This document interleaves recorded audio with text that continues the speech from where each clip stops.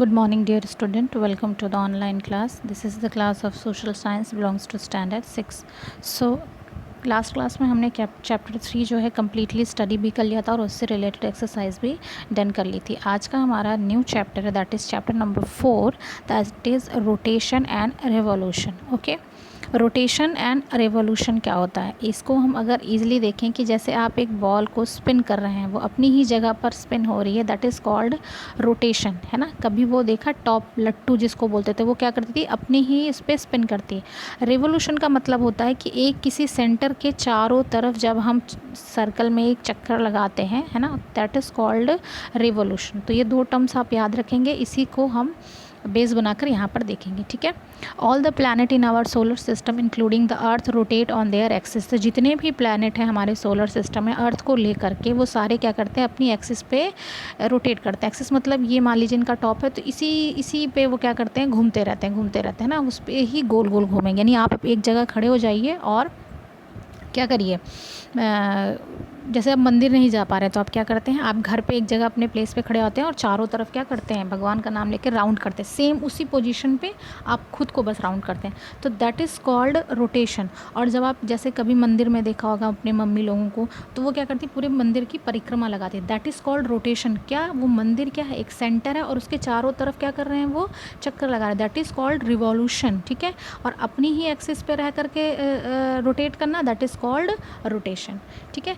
Simultaneously they also revolve around the sun in their orbits. तो वो क्या करते हैं, साथ साथ वो सन के अराउंड भी क्या करते रहते हैं, रिवॉल्व करते रहते हैं. The two major types of motions of the earth are called rotation and revolution. तो ये जो दो तरह का मोशन होता है, गति होती है अर्थ की, वो क्या कहलाती है, first is called rotation and second is called revolution. ठीक है. अब देखते हैं motion of the earth. So rotation, है ना. तो अब कभी सोचा है कि दिन और रात इतने ही छोटे क्यों होते हैं, और क्यों होते हैं दिन और रात, और ईयर्स कैसे होते हैं, कैसे चेंज होते हैं, मौसम्स कैसे बदलते हैं, किस वजह की ज़रूरत, किस वजह से ऐसा सब चीज़ें होती हैं ना. तो यही सब का जो आंसर है ये आपके इन दो टॉपिक्स में ही छिपा हुआ है. First is rotation. Let's start. The daily movement of the earth on its axis from west to east is called rotation. जो daily अर्थ जो है वो रोटेट करता, मूवमेंट करता है west to east, is called rotation. इसीलिए west to ईट्स ये ईस्ट ये क्या करता है, रोटेशन करता है. इसी वजह से आपको क्या होता है, सन जो है वो ईस्ट में उगता दिखता है और वेस्ट में डूबता, because of the rotation of the earth from west to east. और इस रोटेशन को क्या कहते हैं, सॉरी, इस मूवमेंट को क्या कहते हैं, रोटेशन ऑफ अर्थ. ठीक है. It is similar to the spinning of a top. मैंने अभी आपको बताया कि जैसे आप एक टॉप, एक लट्टू बचपन में देखा होगा, उसको स्पिन करता है, जस्ट लाइक दैट. यानी वो टॉप को क्या समझिए, अर्थ, और फिर वो स्पिन कर रहा है. It takes 24 hours to complete one rotation. यानी कि ईस्ट, वेस्ट टू ईस्ट जाने में, एक चक्कर उसे लगाने में कितने टाइम लगते हैं, 24 आवर्स. इसीलिए जो हमारा एक दिन होता है वो कितने आवर्स का होता है, 24 आवर्स का.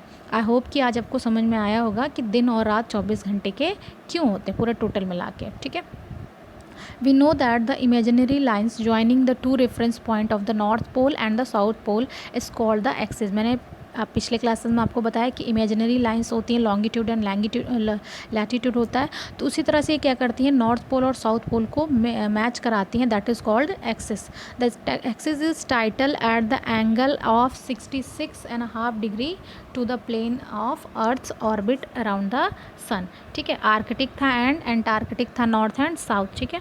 The tilt in the same direction and at the same angular throughout the year. तो वो थोड़ी सी क्या होती है, अर्थ क्या है, टिल्ट है, और फिर क्या करती है, उसी डायरेक्शन में वो पूरे साल में क्या करती है, सेम एंगल पे मोशन करती रहती है.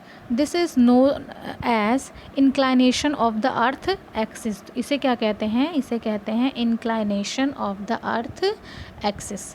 ओके. सो नेक्स्ट है effect of rotation of earth. यानी कि क्या इससे इफ़ेक्ट पड़ता है रोटेशन ऑफ अर्थ से. तो it causes day and night. ठीक है. What is the effect of clination of the earth axis? क्या होता है जो क्लाइनेशन ऑफ अर्थ एक्सिस होता है? When the earth rotates on it axis, जब वो अपनी एक्सिस पे अर्थ रोटेट करता है, one half faces the sun and has day, तो जिस तरफ का पार्ट उस सन की तरफ होता है वहाँ पे डे होता है, और उसके अपोजिट डायरेक्शन में बिकॉज वहाँ पे सन नहीं आ पाता तो वो क्या हो जाता है, वो नाइट या डार्कनेस में कन्वर्ट हो जाता है। ठीक है, the rotation of the earth cause the alternating phenomena of the day and night, इसी वजह से, क्योंकि 24 आवर्स होते हैं ना, तो 12 आवर्स वो सन के सामने रहता है और घूमता रहता है, जैसे जैसे घूमता जाता है जिस पार्ट पे घूमेगा सन के फेसेस हैं वहाँ डे होता जाता है, नेक्स्ट पे क्या होता जाता है, नाइट हो जाता है, फिर वो टर्न करता है, तो इसी वजह से क्या होता है, डे एंड नाइट होते हैं। ठीक है, तो इसको जो है हम एक एक्सपेरिमेंट के थ्रू समझेंगे नेक्स्ट क्लास में। ठीक है ना, इसके साथ हम नेक्स्ट क्लास में देखेंगे कि कैसे ये रोटेट करता है और कैसे नॉर्थ और पोल साउथ है, कहाँ पर एक्सिस है, ये सारी चीज़ें हम डिटेल में डिस्कस करेंगे।